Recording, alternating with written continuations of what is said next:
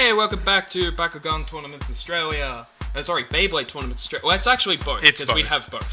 Welcome to Beyblade Tournaments Australia / Bakugan Tournaments Australia, and today we are doing Howlcor. Ultra unboxing. So we're finally opening an Ultra. This is my first Ultra. I specifically got this from America, along with the other two that we opened previously. Yep. All good. Sorry. So this is the one I've been waiting for, because I specifically asked for 2 cores, 1 Ultra, and one of those Bakugan be darkest. So I'm glad the darkest one is the Ultra. Yes. And also that it's Howlcor, because I like Howlcor. It is a doggo. It is the goodest boy. So let's go over the packaging here, because it's a bit different from the rest of it. Oh, so these are the ones that like flip open? Yeah. So if you roll it hard enough, the Bakugan will completely flip over the core and land on its feet. Oh. It has a challenge rating of 1 out of 3. That is a challenge rating of how to fold it all back together, because this is very much more complex than these ones. And they're even more complex than most of the older ones from the original series. So there's a few options. More Ultra options. Okay. You can get Hydrus in both Chaos and Aquos for Ultra. You can also get a Diamond Ultra Hydrus. And Diamonds are 1 of per assortment case. And they only appear in the first run. I hope that they do that properly for Australia so that we get a first run. So if you see a Diamond Bakugan, pick it up, because those are sort of limited edition. Not that they are much different from their base forms. So don't feel bad if you don't get one, but feel happy if you do. I was going to have a quick look at the specific contents, because unlike the basic cores, the Ultra comes with an ability card as well as a character card, which is important to note. That's why there's 2 different card types. Up here, there's an advertisement for the app. You can't get this app officially in Australia, but you can use APK loaders and stuff like that to get it for Android devices onto your phone. If you wish to have that early, I've got it on my phone. And crack it open. Yeah, let's crack this open. Okay, I'm going to use the same trick as last time and push through here. Good plan. So we don't disrupt the card at all. Ooh, you get to see the ability card already. So the ability card, Umbral Slash. It's what number is that? It's actually really good. 2 energy, right? Ooh, okay. That's really good. Plus 100B for each flip card in your discard pile. So flip cards, if you have played Weiss Schwartz, they work like climax cards, in which they can cancel out damage. Because this game's life total is determined by how much cards are left in your deck. And when you're taking damage, you flip over cards from the top of your deck until you reveal a flip card, and then you can pay the cost of the flip card to activate it. Unfortunately, there is no other way to use flip cards, except for providing energy, because this game also works on an energy system, which is based it's like mana from Magic the Gathering. If you have played none of those games, don't worry. It will be in the advanced rule booklet that they will put on that Spin Master will put on their website and stuff for this when they feel like it, because they haven't done so yet. I don't think they have made a video. I'll put a link to the rules in the video description. I'll do that for all of the unboxings. Try and get a view of all of this, because yeah. So these are the toy battling game rules. This basically just means you use only the cores and the toys. And they're using the cards to hey, you can reference the cards to easily look at the stats, but you can actually just use the B power on the Bakugan, because that's effectively what the rules are using. So yeah. Pardon me. The cards have just dropped to the For ground. reference, for those who played the original series, G power was changed to B power. These are just general rules. Basically, at the same time as your opponent, you will roll onto what adds up to 12 Baku cores, which are decided as your character card. So let's just pick up Trox here. So these 2 icons decide which cores you can use. So you can use any cores with those 2 symbols. Every single Bakugan comes with those respective cores. But you can use others from other products as long as it matches the symbols. And then, so you roll them both at the same time. If both Bakugan land on a core, you apply their bonuses to your Bakugan, and highest B power wins. If one hits and the other misses, then you instantly win that brawl. And if you both miss, you just re-roll the same Bakugan. The toy battling rules just requires you to win 3 brawls, one with each of their Bakugan, to win. The rest could probably be saved for a rules video, and you probably should keep unboxing. Yeah, so Let's crack it open. let's get this bad boy. Oh, I think there's French. You mean on the this back. good boy? Yeah, there's French on the back. French on one side, English on the other. Yeah, because this is the North American Canadian version of the game. There will be a European version with various languages on the cards, but the North American Canadian version only has English on the cards themselves. So you do require English capabilities to play the game. He popped out. Oh, is this another one with manual? Okay, yes. There is a small manual bit. Oh, It well. is just his horns. That's pretty easy. Oh man, look at this little beast. So I'm gonna fold him into a ball, and then I'm gonna open the cards and show you properly the cards.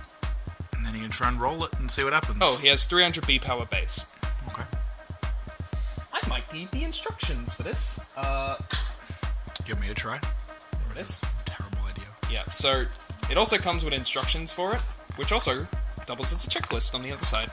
So you can see all of the Wave 1 Bakugan that are meant to come out, or rather the first, set of Bakugan. So these will be all the Bakugan supported in the first card game set, because there were booster packs for this game. And then there's the instructions. So I'm gonna try and fold this together. I will probably fast forward this in editing, but yeah, let's just see if we can put this thing together. Okay, so here it is in spear mode, or almost spear mode, because... Winged Dragon of Ra? Okay, that was good. Okay, so here's the thing about Ultras. It's just as fucking painful to fight and lose. So here's the thing about Ultras. Most Ultras, not all, deliberately have parts that poke out from the side. So as you can see, the dog heads are not making this perfectly circular. That's actually a feature, not a design flaw. What that is meant to do is it's meant to make it easier to roll in a straight line. I believe wouldn't it also be designed to encourage the actual ball to stay in the correct direction and pop? Yes. So No, not just that, but I mean stay head down. You know what I mean? If I built this matrix as a straight line somehow, That's reasonable. I should be able Yeah, that's to better. roll this in a straight line. Nope. Nope. Goes off to the right immediately. Oh, come on. Doesn't even pop. His head is actually the contact point. Yep. So what I'm going to recommend... Oh! There we go. Okay, he popped. He didn't flip completely over because I didn't roll it fast enough. But, yeah. So there, that's how that works. Yeah. So here we go. That's Howlcor as he popped out. Now we have This to go guy. through all that again. This guy right here. You guys are gonna see bonus footage that I'm gonna upload separately of the struggle we had putting this guy. You're into welcome. full mode. You're welcome. I'm Why not is it sure going if yellow? we swore. That's the Yeah, but you can bleep that's that. the blue light filter because it's 10 o'clock. Oh, okay. Okay, so here are the 2 cards. I will cut out that bit. So here are the 2 cards. You get an Umbral / action card and a Howlcor Ultra character card. I don't think I like Howlcor Ultra as a vanilla. I'm not sure what his evos are like because there is an evolution mechanic in this game, much like how Pokemon works, where you can pay the cost mid-game of an evolution card that's in your hand and slap it over your character card and gains a static boost. It's 300 B power and 2 critical, which is kind of right down the middle, really. I would have hoped that it was 3 and 3, but weird if question. You want it to be right down the middle. But what does that little planet symbol in the bottom right mean? Okay, so that is the set symbol. So for the first set, which is called Battle Brawlers, that symbol is meant to represent 2 worlds colliding. AKA the original theme song from the original Bakugan series. Do not. That's going to be stuck in my head for like a year now. Yep. And Umbral Slash is 2 energy, so during the game you will set once per turn before you roll, 1 card face down onto your field. Anywhere on your field, because it's not really a set thing. Just make sure it's not within the play space of the hexes. So the hex matrix, I believe it's called. The play area. Anyway. Whatever it is. And so that's the energy. That's the attribute that you require in your team in order to use the card. Because it doesn't actually work entirely like Magic. You don't need your active Bakugan to be the attribute in order to use it. You just need to have the attribute in your deck. Action cards can be played at any time, even before you roll technically, as long as you can pay the cost, and then you get the static boost. So this one gives plus 100 B power for each flip card in your discard pile. And as we explained earlier, flip cards, when you take damage, they can do effects, but otherwise you'll just get them in the game.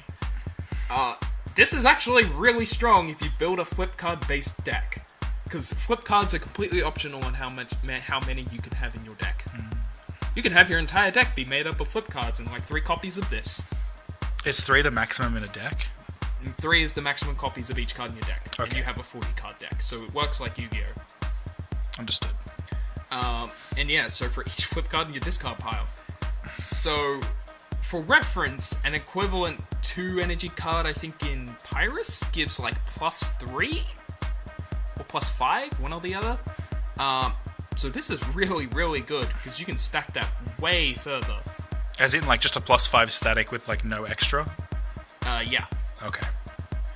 Or something like that. So, Umbral Slash is a really good card.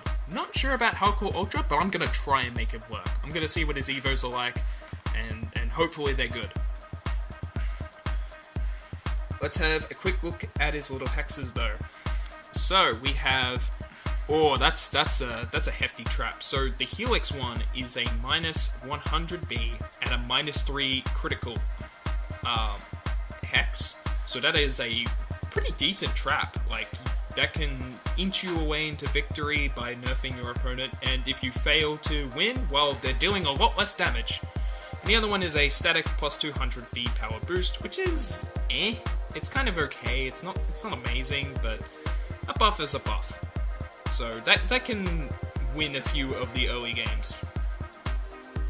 So those are the 2 hexes, and now we have actually enough hexes for a team. We do not, unfortunately, have enough cards for a deck, but we do have enough Bakugan to make up a team. So we can play the toy battle game if we get another person to set up with it. And just a reminder, it sticks on the head. It's a hat. It's a hat. The hexes become a hat. It's actually really cool, with Ultras, because of all of them flip over, the hex goes from face down to face up, so you don't have to do what you have to do with the cores, which is take them off and then reveal them, which is really cool. But there is actually a small mechanical nerf because of that. Because of that function, you can't pick up multiple cores with Ultras, whereas cores can. Because if you're lucky enough, you can actually get it so you can have 2 cores at once, if I can set that up properly. So let's just see if I can get that kinda working. Because this actually happened in Simo's battle. So yeah, you can actually magnetize 2 cores at once, and this is 100% a legal play. You get the benefit of both cores during the game. Additionally, if you pop open, normally because of magnetizing, and if you're in the play area and your Bakugan just pops open, but you don't magnetize any cores, that's actually in play now, and you are now in battle. You just don't get any core boosts. So that's just a small thing about the game. If you guys have any questions, want to see any additional videos on Bakugan or anything like that, please comment below. I can answer any questions about this game other than how do you make a good deck. Because How do you close these things?